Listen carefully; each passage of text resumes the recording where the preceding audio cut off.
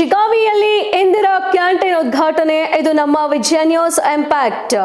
ಶಿಗಾವಿಯಲ್ಲಿ ಬಡ ಹಾಗೂ ಕೂಲಿ ಕಾರ್ಮಿಕರಿಗೆ ಅನುಕೂಲ ಆಗಲಿ ಅಂತ ರಾಜ್ಯ ಕಾಂಗ್ರೆಸ್ ಸರ್ಕಾರ ಇಂದಿರಾ ಕ್ಯಾಂಟೀನ್ಗಳನ್ನು ಆರಂಭ ಮಾಡಿದೆ. ಆದರೆ ಕಡಿಮೆ ಬೆಲೆಗೆ ಬಡವರ ಹೊಟ್ಟೆ ತುಂಬಿಸಬೇಕಾದ ಈ ಇಂದಿರಾ ಕ್ಯಾಂಟೀನ್ ಯೋಜನೆಯ ಭಾಗ್ಯ ಶಿಗಾವಿ ತಾಲೂಕಿನ ಜನರಿಗೆ ಮಾತ್ರ ಮರೀಚಿಕೆಯಾಗಿತ್ತು. ಕ್ಯಾಂಟೀನ್ ಉಪಯೋಗ ಯಾವಾಗ ಎಂದು ಸಾರ್ವಜನಿಕರು ಅಧಿಕಾರಿಗಳನ್ನ ಪ್ರಶ್ನೆ ಮಾಡುವ ಪರಿಸ್ಥಿತಿ ಉಂಟಾಗಿತ್ತು. ಇದರ ಬಗ್ಗೆ ಕಳೆದ 2 ತಿಂಗಳ ಹಿಂದೆ ನಮ್ಮ ವಿಜಯ ನ್ಯೂಸ್ ವಾಹಿನಿಯಲ್ಲಿ ಶೀರ್ಷಿಕೆಯಡಿ ಸುದ್ದಿ ಪ್ರಸಾರ ಮಾಡಿ ಅಧಿಕಾರಿಗಳ ಗಮನ ಸೆಳೆದಿದ್ದು, ಈಗ ನೆನೆಗುದಿಗೆ ಬಿದ್ದಿದ್ದ ಇಂದಿರಾ ಕ್ಯಾಂಟೀನ್ಗೆ ಇಂದು ಉದ್ಘಾಟನೆ ಭಾಗ್ಯ ಬಂದಿದ್ದು, ಪಟ್ಟಣ ಪಂಚಾಯತ್ ವ್ಯಾಪ್ತಿಯಲ್ಲಿ ಶಾಸಕ ಯಾಶೀರ್ ಖಾನ್ ಪಠಾಣ್ ಹಾಗೂ ಉಸ್ತುವಾರಿ ಸಚಿವ ಶಿವಾನಂದ ಪಾಟೀಲ್ ನೇತೃತ್ವದಲ್ಲಿ ಹೊಸ ಬಸ್ ನಿಲ್ದಾಣದಲ್ಲಿ ಉದ್ಘಾಟನೆ ಮಾಡಲಾಗಿದೆ.